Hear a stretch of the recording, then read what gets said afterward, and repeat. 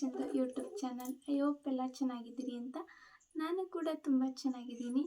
ಇನ್ನೂ ಯಾರೆಲ್ಲ ನನ್ನ ಚಾನಲ್ನ ಸಬ್ಸ್ಕ್ರೈಬ್ ಆಗಿಲ್ಲ ಈಗಲೇ ಹೋಗಿ ಸಬ್ಸ್ಕ್ರೈಬ್ ಆಗಿ. ವಿಡಿಯೋ ಇಷ್ಟ ಆದರೆ ಒಂದು ಲೈಕ್ನ ಕೊಡೋದು ಮಾತ್ರ ಮರಿಬೇಡಿ.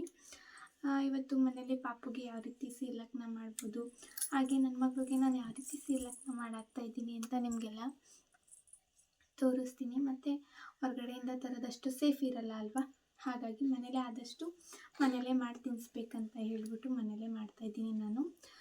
ಫಸ್ಟ್ನೇ ಪಾಪುಗೂ ಅಷ್ಟೇ ಒಂದು ಸರಿ ಹೊರಗಡೆಯಿಂದ ತಂದೆ ಅಷ್ಟೇ. ಸ್ವಲ್ಪ ಶುಗರ್ ಆ್ಯಡ್ ಮಾಡಿರ್ತಾರೆ, ಹಾಗಾಗಿ ಅದೆಲ್ಲ ಸೇಫ್ ಅನಿಸಲ್ಲ.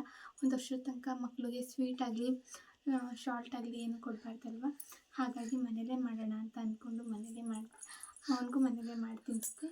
ಇನ್ನು ಈಗ ನನ್ನ ಮಗಳಿಗೂ ಅಷ್ಟೇ ಮನೇಲೇ ಮಾಡಿ ತಿನ್ನಿಸ್ತಾ ಇದ್ದೀನಿ.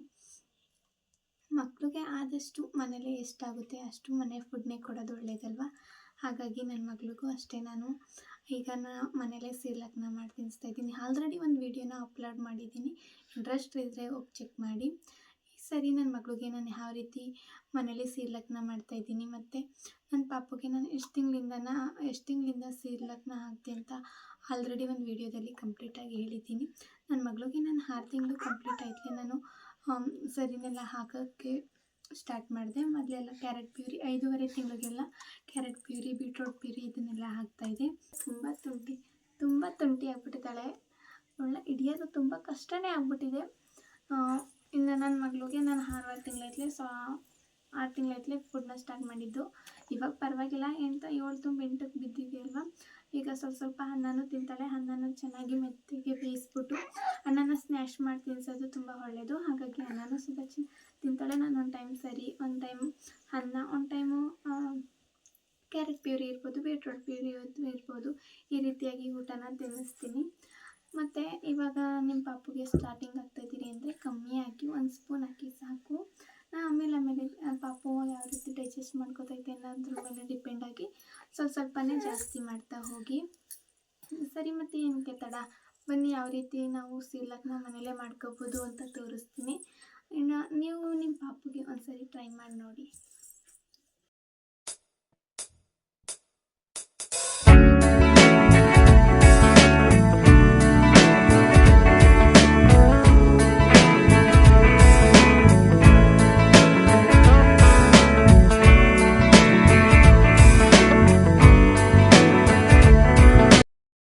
ಕಪ್ ಅಕ್ಕಿ ತಗೊಂಡಿದ್ದೀನಿ, ಹಾಗೆ ಅರ್ಧ ಕಪ್ ಕಡಲೆಬೇಳೆ, 1/4 ಕಪ್ ಹೆಸರು ಬೇಳೆ, 1/4 ಕಪ್ ಕಡಲೆಕಾಳು, ಹಾಗೆ 1/4 ಕಪ್ ಅಷ್ಟು ಉದ್ದಿನ ಬೇಳೆ ಕಾಳು ತಗೊಂಡಿದ್ದೀನಿ. ನೀವು ಬೇಕು ಅಂದರೆ ಉದ್ದಿನ ಕಾಳು ಸಿಪ್ಪೆ ಇರೋದನ್ನು ಸುದ ಆ್ಯಡ್ ಮಾಡ್ಕೋಬೋದು.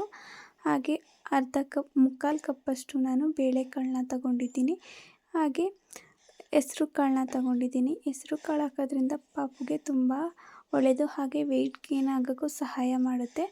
ಒಂದು 10 ಕಾಳಷ್ಟು ಮೆಣಸು, ಕಡಲೆ ಬೀಜ, ಗೋಡಂಬಿ, ಬಾದಾಮಿ, ಹಾಗೆ ಸ್ವಲ್ಪ ಜೀರಿಗೆ ಹಾಕೋದ್ರಿಂದ ಮಕ್ಕಳಿಗೆ ತುಂಬ ಚೆನ್ನಾಗಿ ಡೈಜೆಸ್ಟ್ ಆಗುತ್ತೆ.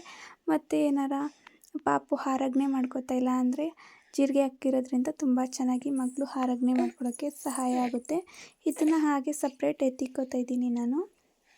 ಇದನ್ನು ತೊಳೆಯೋದೇನು ಬೇಡ, ಹಾಗೆ ಎತ್ತಿಕೊಂಡ್ರೆ ಸಾಕು. ಇನ್ನು ಆಗಲೇ ತೋರಿಸಿದಂತಹ ಎಲ್ಲ ಐಟಮ್ಸ್ನು ಸಪ್ರೇಟ್ ಒಂದು ಬಟ್ಲಿಗೆ ಹಾಕ್ಕೊಂಡು ಚೆನ್ನಾಗಿ ಮಿಕ್ಸ್ ಮಾಡ್ಕೋಬೇಕು. ಚೆನ್ನಾಗಿ ಮಿಕ್ಸ್ ಮಾಡ್ಕೊಂಡ ನಂತರ ನೀರನ್ನ ಹಾಕ್ಕೊಂಡು ಚೆನ್ನಾಗಿ ತೊಳಿಬೇಕು. ಅಂದರೆ ಅಕ್ಕಿಲಿರೋ ಗಲೀಜೆಲ್ಲ ಹೋಗಬೇಕು, ಕಾಳಲ್ಲಿರೋ ಗಲೀಜೆಲ್ಲ ಹೋಗಬೇಕು. ಅಲ್ಲಿ ತನಕ ಚೆನ್ನಾಗಿ ನೀಟಾಗಿ ಅಕ್ಕಿನೆಲ್ಲ ನೀರು ಹಾಕೊಂಡು ತೊಳಿಬೇಕು. ಈ ರೀತಿ ಮಕ್ಕಳಿಗೆ ಮನೇಲಿ ಸೀಲಕ್ ಮಾಡಿ ತಿನ್ನಿಸೋದ್ರಿಂದ ತುಂಬ ಚೆನ್ನಾಗಿಯೂ ಇರುತ್ತೆ ಮತ್ತು ಆರೋಗ್ಯವಾಗೂ ಇರುತ್ತೆ. ಕಾಳಲ್ಲಾಗಿರ್ಬೋದು, ಅಕ್ಕಿಲಾಗಿರ್ಬೋದು, ನೋಡಿ ಎಷ್ಟು ಗಲೀಜಿರುತ್ತೆ. ಇದೆಲ್ಲ ನೀಟಾಗಿ ಗಲೀಜೆಲ್ಲ ಹೋಗಬೇಕು, ಅಲ್ಲಿ ತನಕ ಚೆನ್ನಾಗಿ ತೊಳಿಬೇಕು. ಅಂದರೆ ಪೂರ ನೀರೆಲ್ಲ ವೈಟು ಕಾಣಬೇಕು, ಅಲ್ಲಿ ತನಕ ಚೆನ್ನಾಗಿ ತೊಳಿಬೇಕು. ಈ ರೀತಿಯಾಗಿ ಒಂದು ಜರಡಿಗೆ ತೊಳೆದಿರೋಂತಹ ಅಕ್ಕಿನೆಲ್ಲ ಹಾಕ್ಕೊಂಡ್ರೆ ಬೇಗ ನೀರು ಸೋರುತ್ತೆ ಮತ್ತು ಬೇಗ ಆರ್ಕೊಳ್ಳಲು ಸಹಾಯ ಆಗುತ್ತೆ, ಅಷ್ಟು ನೀರಿರೋದಿಲ್ಲ. ನೋಡಿ, ಈ ರೀತಿ ಒಂದು ಕಾಟನ್ ಬಟ್ಟೆ ಮೇಲೆ ಈ ರೀತಿ ತೆಳುವಾಗಿ ಆರಾಕಬೇಕು. ನೀವು ಬೇಕಂತಂದರೆ ಬಿಸಿಲಲ್ಲೂ ಸುದ ಚೆನ್ನಾಗಿ ಒಣಗಿಸ್ಕೋಬೋದು. ನಾನು ಹೊರಗಡೆ ಎಲ್ಲ ಹಾಕಿದ್ರೆ ಧೂಳಾಗುತ್ತೆ, ಪಾಪುಗೆ ಅಲ್ವಾ ತಿನ್ನಿಸೋದು, ತುಂಬ ಚೆನ್ನಾಗಿರಬೇಕು. ಮತ್ತು ಯಾವುದೇ ರೀತಿ ಡಸ್ಟ್ ಇರ್ಬೋದು ಏನೇ ಆಗಿರ್ಬೋದು ಜಾಸ್ತಿ ಏನು ಆಗಬಾರ್ದು. ಪಾಪುಗೆ ತಿನ್ನಿಸೋದಲ್ವ, ಜಾಸ್ತಿ ಸೇಫ್ಟಿನ ನಾವು ಯೂಸ್ ಮಾಡಬೇಕಲ್ವ. ಹಾಗಾಗಿ ನಾನು ಮನೆ ಒಳಗಡೆನೇ ಬೆಳಕಲ್ಲೇ ಆರಿಸ್ಕೊತಾ ಇದ್ದೀನಿ. ಈ ರೀತಿಯಾಗಿ ಆಗಾಗ ಕೈ ಆಡೋದ್ರಿಂದ ಬೇಗ ಬೇಗ ಆರುತ್ತೆ. ಅಕ್ಕಿ ಎಲ್ಲ ಚೆನ್ನಾಗಿ ನೀರೆಲ್ಲ ಹೀರ್ಕೋಬೇಕು. ಕಾಟನ್ ಬಟ್ಟೆ ಮೇಲೆ ಹಾಕಿರೋದ್ರಿಂದ ಬೇಗ ಅಕ್ಕಿಲಿರೋ ನೀರೆಲ್ಲ ಹೀರ್ಕೊಡುತ್ತೆ. ತುಂಬ ಅಂದರೆ ತುಂಬ ಚೆನ್ನಾಗಿರುತ್ತೆ ಸೀರ್ಲಕ್. ಪಾಪುನೂ ಅಷ್ಟೇ ತುಂಬ ಇಷ್ಟಪಟ್ಟು ತಿಂತಾರೆ. ಈ ರೀತಿಯಾಗಿ ಮನೇಲೇ ಮಾಡ್ಕೊಳ್ಳೋದ್ರಿಂದ ನಮಗೂ ಖುಷಿ ಇರುತ್ತೆ, ಪಾಪುಗೂ ಖುಷಿ ಇರುತ್ತೆ. ಮೊದಲಾಗಿ ತಾಯಿಗೆ ಅಂತ ಅಂದರೆ ಮಕ್ಳಿಗೆ ನಾವು ಏನಾದರೂ ವಿಧವಾಗಿ ಮಾಡಿಕೊಡ್ಬೇಕು. ಮಕ್ಕಳನ್ನ ಅದನ್ನು ತಿನ್ನಬೇಕು, ಖುಷಿ ಪಡಬೇಕು. ಅದನ್ನು ನೋಡ್ಬಿಟ್ಟು ನಾವು ಖುಷಿ ಪಡಬೇಕಂತ ಅನಿಸುತ್ತೆ ಅಲ್ವಾ. ಹಾಗಾಗಿ ನಾವೇ ಆದಷ್ಟು ನಮ್ಮ ಮಕ್ಳಿಗೆ ಸ್ವತಃ ಎಷ್ಟು ಮಾಡೋಕ್ಕಾಗುತ್ತೆ ಅಷ್ಟನ್ನು ಮಾಡಬೇಕು. ನೋಡಿ, ಈ ರೀತಿಯಾಗಿ ಆಗಿರಬೇಕು. ಒಣಗಾದ ನಂತರ ಈ ರೀತಿಯಾಗಿ ಆಗಿರುತ್ತೆ. ಈ ರೀತಿ ಹುಡುಡಿಯಾಗಿ ಬರಬೇಕು. ಆಗಲೇ ತೋರಿಸಿದ್ನಲ್ಲ, ಸಪ್ರೇಟ್ ಎತ್ತಿಕೊಂಡಿದ್ನಲ್ಲ, ಕಡಲೆಬೀಜ, ಬಾದಾಮಿ, ಗೋಡಂಬಿ, ಜೀರಿಗೆ, ಮೆಣಸು ಇಷ್ಟನ್ನು ಡ್ರೈ ರೋಸ್ಟ್ ಮಾಡ್ಕೋಬೇಕು. ಸ್ವಲ್ಪ ಮೆರೂನ್ ಕಲರ್ ಬರಬೇಕು. ಅಲ್ಲಿ ತನಕ ಲೋ ಫ್ಲೇಮಲ್ಲೇ ಬೇಯಿಸ್ಕೋಬೇಕು, ಫ್ರೈ ಮಾಡಬೇಕು. ನೋಡಿ, ಈ ರೀತಿಯಾಗಿ ಆಗಾಗ ಕೈ ಆಡ್ತಾ ಬೇಯಿಸ್ಕೋಬೇಕು. ಈ ರೀತಿ ಪಾಪುಗೆ ಕಡಲೆಬೀಜ ಹಾಕೋದ್ರಿಂದ, ಬಾದಾಮ್ ಹಾಕೋದ್ರಿಂದ ವೆಯ್ಟ್ ಗೇನ್ ಆಗುತ್ತೆ. ಮತ್ತು ಮೆಣಸು ಹಾಕೋದ್ರಿಂದ ಪಾಪುಗೆ ಶೀತ ಆಗಲಿ ಕಫ ಆಗಲಿ ಕಟ್ಟೋದಿಲ್ಲ. ಹೊರ್ಗಡೆಯಿಂದ ಸೀರ್ಲಕ್ನ ತಂದು ತಿನ್ನಿಸೋದ್ಕಿಂತ ಈ ರೀತಿಯಾಗಿ ಮನೇಲೇ ಮಾಡಿಕೊಟ್ರೆ ತುಂಬ ಒಳ್ಳೆಯದು. ಯಾಕೆಂತ ಅಂದರೆ ಹೊರ್ಗಡೆ ಎಷ್ಟೋ ಚೆನ್ನಾಗಿ ಮಾಡಿರ್ತಾರೆ ಅಂತ ನಮ್ಗೆ ಗೊತ್ತಿರೋದಿಲ್ಲ. ಏನೋ ಪ್ಯಾಕ್ ಒಳಗಡೆ ಇರುತ್ತೆ, ತಂದುಬಿಡ್ತೀವಿ, ಮಾಡಿಬಿಡ್ತೀವಿ, ಪಾಪುಗೆ ತಿನ್ನಿಸ್ಬಿಡ್ತೀವಿ. ಕೆಲವೊಂದು ಸರಿ ಶುಗರ್ ಆ್ಯಡ್ ಮಾಡಿರ್ತಾರೆ. ಅದನ್ನೆಲ್ಲ ಪಾಪುಗೆ 1 ವರ್ಷದ ತನಕ ಕೊಡಬಾರ್ದಲ್ವ. ಹಾಗಾಗಿ ನಮ್ಮ ಮನೇಲಿ ಆದಷ್ಟು ಹೈಜಿನಿಕ್ಕಾಗಿ ಪಾಪುಗೆ ಮಾಡಿಕೊಡ್ಬೇಕು. ಹಾಗಾಗಿ ನಾನು ಫಸ್ಟು ನನ್ನ ಮೊದಲನೇ ಮಗನಿಗೂ ಅಷ್ಟೇ ನಾನು ಮನೇಲೇ ಮಾಡಿದ್ದು. ಈಗ ಫಸ್ಟ್ ಆಲ್ರೆಡಿ ಒಂದು ಸಿರ್ಲಕ್ನ ಮಾಡಿ ಅಪ್ಲೋಡ್ ಮಾಡಿದ್ದೀನಿ. ಇಂಟ್ರೆಸ್ಟ್ ಇದ್ದರೆ ಹೋಗಿ ಚೆಕ್ ಮಾಡಿ ನೋಡಿ. ಇದು ಆಲ್ಮೋಸ್ಟ್ ಆಗಿದೆ. ಈ ರೀತಿಯಾಗಿ ಮೆರೂನ್ ಕಲರ್ ಬರಬೇಕು. ಇದನ್ನು ಸಪ್ರೇಟ್ ಒಂದು ಪ್ಲೇಟ್ಗೆ ಎತ್ತಿಕ್ಕೊಬಿಡ್ತೀನಿ ನಾನು. ಇನ್ನು ಆಗಲೇ ನೆನೆಸಿಟ್ಟ ಡ್ರೈ ರೋಸ್ಟ್ ಆಗಿತ್ತಲ್ಲ, ಅಕ್ಕಿ ಎಲ್ಲ ಆರಿತ್ತಲ್ವ, ಅದನ್ನೇ ಸ್ವಲ್ಪ ಹಾಕ್ಕೊಂಡು ಇದನ್ನು ಅಷ್ಟೇ ಚೆನ್ನಾಗಿ ಫ್ರೈ ಮಾಡ್ಕೋಬೇಕು. ಹಸಿ ಸ್ಮೆಲ್ಲೆಲ್ಲ ಹೋಗಬೇಕು. ಮತ್ತು ಏನಾರ ಮೆತ್ತೆ ಇದ್ದರೆ ಚೆನ್ನಾಗಿ ಬರೋದಿಲ್ಲ, ಪೌಡ್ರು ಬೇಗ ಹುಳ ಆಡೋ ಸಾಧ್ಯತೆ ಇರುತ್ತೆ. ಹಾಗಾಗಿ ಆದಷ್ಟು ಚೆನ್ನಾಗಿ ಅಕ್ಕಿನ ಒಣಗಿಸಿ, ಹೊರ್ಗಡೆನೂ ಗಾಳಿ ಏನೂ ಇಲ್ಲ ಅಂತ ಅಂದರೆ ಬೇಕಾದ್ರೆ ಬಿಸಿಲಲ್ಲೇ ನೀವು ಹಾಕ್ಕೊಂಡು ಆರಿಸ್ಕೋಬೋದು. ನಾನು ಹೊರ್ಗಡೆ ಸ್ವಲ್ಪ ಗಾಳಿ ಧೂಳೆಲ್ಲ ಇರುತ್ತೆ ಅಂತ ಹೇಳ್ಬಿಟ್ಟು ನಾನು ಹೊರ್ಗಡೆ ಹಾಕಲಿಲ್ಲ. ನಿಮ್ಮ ಮನೆ ಟೆರೆಸ್ ಏನಾದರೂ ಇದ್ದರೆ ಟೆರೆಸ್ ಮೇಲೆ ಹಾಕ್ಕೊಂಡು ಆರಾಮಾಗಿ ಒಣಗಿಸ್ಕೋಬಹುದು. ಇನ್ನು ಇದನ್ನು ಅಷ್ಟೇ ಮೆರೂನ್ ಕಲರ್ ಬರಬೇಕು, ಅಲ್ಲಿ ತನಕ ಚೆನ್ನಾಗಿ ಫ್ರೈ ಮಾಡಬೇಕು. ಇದಕ್ಕೂ ಅಷ್ಟೇ ಯಾವುದೇ ರೀತಿ ಆಯಿಲಾಗಿ ಏನೇ ಆಗಲಿ ಯೂಸ್ ಮಾಡಬೇಡಿ. ಆಯಿಲು, ತುಪ್ಪ ಯಾವುದನ್ನು ಯೂಸ್ ಮಾಡಬೇಡಿ. ಹಾಗೆ ಡ್ರೈ ರೋಸ್ಟ್ ಮಾಡಬೇಕು. ನಿಧಾನಕ್ಕೆ ಲೋ ಫ್ಲೇಮಲ್ಲೇ ಬೇಯಿಸಿ. ಒಳಗಡೆ ಇರೋ ಹಸಿ ಸ್ಮೆಲ್ಲು, ಮೇಲ್ಗಡೆ ಇರೋ ಹಸಿ ಸ್ಮೆಲ್ಲೆಲ್ಲ ಹೋಗಬೇಕು. ನೋಡಿ, ಈ ರೀತಿಯಾಗಿ ಸ್ವಲ್ಪ ಮೆರೂನ್ ಕಲರ್ ಅಕ್ಕಿ ದುಂಡಾಗಬೇಕು. ಈ ರೀತಿ ಮುಟ್ಟಿದ್ರೆ ಅದು 2 ಪೀಸ್ ಆಗಬೇಕು. ಅಲ್ಲಿ ತನಕ ಚೆನ್ನಾಗಿ ಹುರಿಬೇಕು. ಈ ರೀತಿ ಹುರಿದ್ಬಿಟ್ಟು ಮಾಡೋದ್ರಿಂದ ಪೌಡ್ರನ್ನ ಮಿನಿಮಮ್ 1 ರಿಂದ 2 ತಿಂಗಳು ಆರಾಮಾಗಿ ಸ್ಟೋರ್ ಮಾಡಿ ಇಟ್ಕೋಬಹುದು. ಇನ್ನು ನೋಡಿ, ಸ್ವಲ್ಪ ಈ ರೀತಿಯಾಗಿ ಸ್ವಲ್ಪನ ನಾವು ಬೇಯಿಸ್ಕೊಳ್ಳೋದ್ರಿಂದ ಅಕ್ಕಿ ಚೆನ್ನಾಗಿ ಮೇಲ್ಗಡೆ ಒಳಗಡೆ ಎಲ್ಲನೂ ಚೆನ್ನಾಗಿ ರೋಸ್ಟ್ ಆಗುತ್ತೆ. ಇಲ್ಲ ಒಂದೇ ಸರಿ ಜಾಸ್ತಿ ಹಾಕ್ಕೊಳ್ಳೋದ್ರಿಂದ ಬೇಯೋದಿಲ್ಲ. ಒಂದೊಂದು ಬೇಯುತ್ತೆ, ಒಂದೊಂದು ಬೇಯೋದಿಲ್ಲ, ಅಂದರೆ ರೋಸ್ಟ್ ಆಗೋದಿಲ್ಲ. ಹಾಗಾಗಿ ಸ್ವಲ್ಪನೇ ಹಾಕ್ಕೊಂಡು ಈ ರೀತಿ ಫ್ರೈ ಮಾಡ್ಕೋಬೇಕು. ಇನ್ನೊಂದು ವಿಷಯ ಏನಂತಂದರೆ, ಪಾಪುಗೆ ಆದಷ್ಟು ನೀವು ಎಷ್ಟಾಗುತ್ತೆ ಅಷ್ಟು ಅವರು ಯಾವ ರೀತಿ ಡೈಜೆಸ್ಟ್ ಮಾಡ್ಕೋತಾರೆ, ಯಾವ ರೀತಿ ಆರಗ್ನೆ ಮಾಡ್ಕೋತಾರೆ ಅದನ್ನು ನೋಡಿಬಿಟ್ಟು ಊಟನ ತಿನ್ಸೋಕ್ಕೆ ಟ್ರೈ ಮಾಡಿ.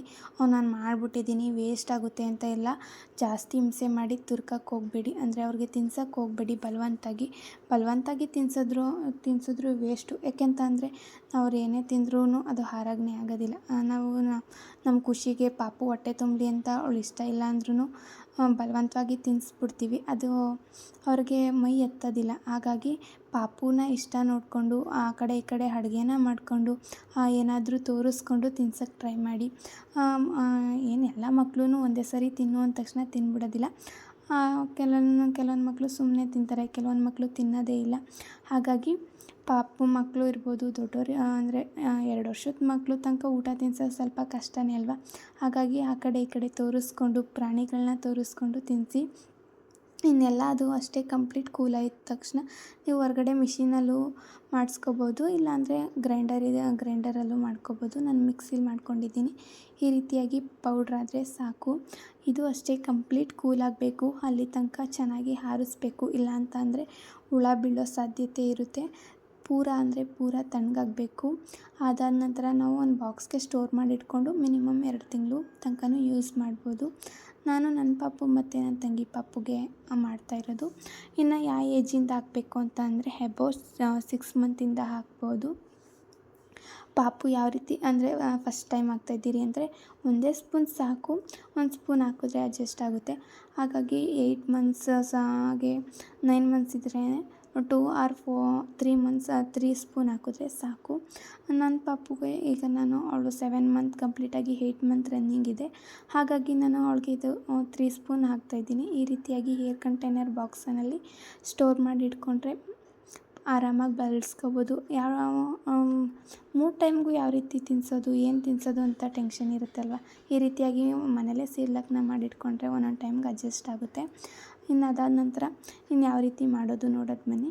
ಫಸ್ಟು ತಣ್ಣೀರಿಗೆ ನಾನು 3 ಸ್ಪೂನ್ ಸೀರ್ಲಾಕ್ನ ಹಾಕ್ಕೊಂಡಿದ್ದೀನಿ. ಸೀರ್ಲಾಕ್ನ ಚೆನ್ನಾಗಿ ಗಂಟಿಲ್ದೇ ರೀತಿ ಮಿಕ್ಸ್ ಮಾಡ್ಕೋಬೇಕು. ಲೋ ಫ್ಲೇಮಲ್ಲೇ ಚೆನ್ನಾಗಿ ಬೇಯಿಸ್ಕೋಬೇಕು. ಈ ರೀತಿ ಗಂಟು ಉಳ್ಕೋಬಾರ್ದು. ಅಲ್ಲಿ ತನಕ ಚೆನ್ನಾಗಿ ತಿರ್ಗಿದ ನಂತರ ಆಮೇಲಿಂದ ಗ್ಯಾಸಲ್ಲಿ ಲೋ ಫ್ಲೇಮಲ್ಲೇ ಬೇಯಿಸ್ಕೋಬೇಕು. ನಿಧಾನಕ್ಕೆ ಬೇಯಿಸ್ತಾ ಬನ್ನಿ.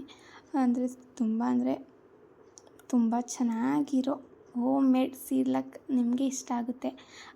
ನಾನು ಮಾಡಿದ್ದೀನಿ ಅನ್ನೋ ಖುಷಿ ನಿಮಗಿರುತ್ತೆ. ಅಷ್ಟೇ ಪಾಪುನೂ ಅಷ್ಟೇ ತುಂಬ ಇಷ್ಟಪಟ್ಟು ತಿಂತಾರೆ. ನನ್ನ ಮಗಳಿಗಂತೂ ನಾನು ಏನೇ ಮಾಡಿದ್ರೂ ಅವಳು ಏನಿಲ್ಲ ಎಲ್ಲನೂ ಅಡ್ಜಸ್ಟ್ ಮಾಡ್ಕೋತಾಳೆ, ಹಾಗೆ ಡೈಜೆಸ್ಟು ಮಾಡ್ಕೋತಾಳೆ.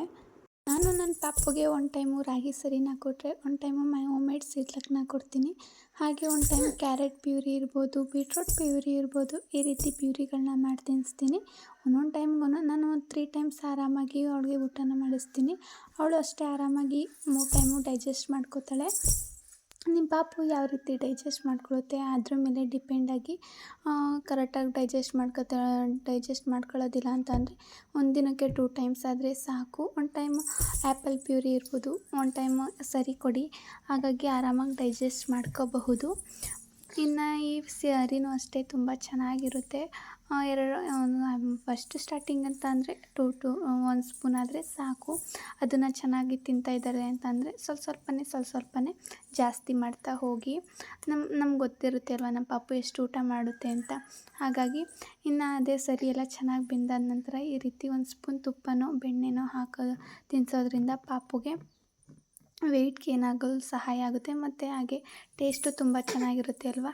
ನೀವು ಏನೇ ತಿನ್ನಿಸಿದ್ರೂ 1 ಸ್ಪೂನ್ ತುಪ್ಪನ ಆ್ಯಡ್ ಮಾಡ್ಕೊಂಡು ತಿನ್ನಿಸಿ. ಪಾಪುಗೂ ಟೇಸ್ಟು ಚೆನ್ನಾಗಿರುತ್ತೆ, ಹಾಗೆ ಬುದ್ಧಿಶಕ್ತಿ ಹೆಚ್ಚಾಗುತ್ತೆ ತುಪ್ಪ ತಿನ್ನಿಸಿದ್ರೆ. ಹೋಮ್ ಮೇಡ್ ಸೀರ್ಲಾಕ್ ರೆಡಿ ಆಯಿತು.